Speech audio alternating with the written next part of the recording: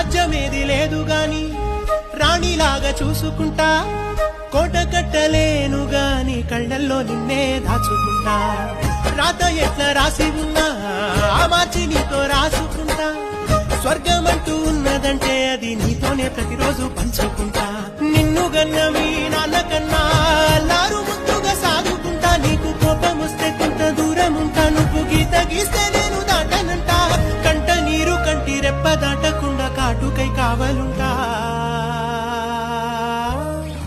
రామాయి నీ మీద నాకు మనసాయనే, ఏనాడు నిన్ను వీడిపోని నీడైతనే.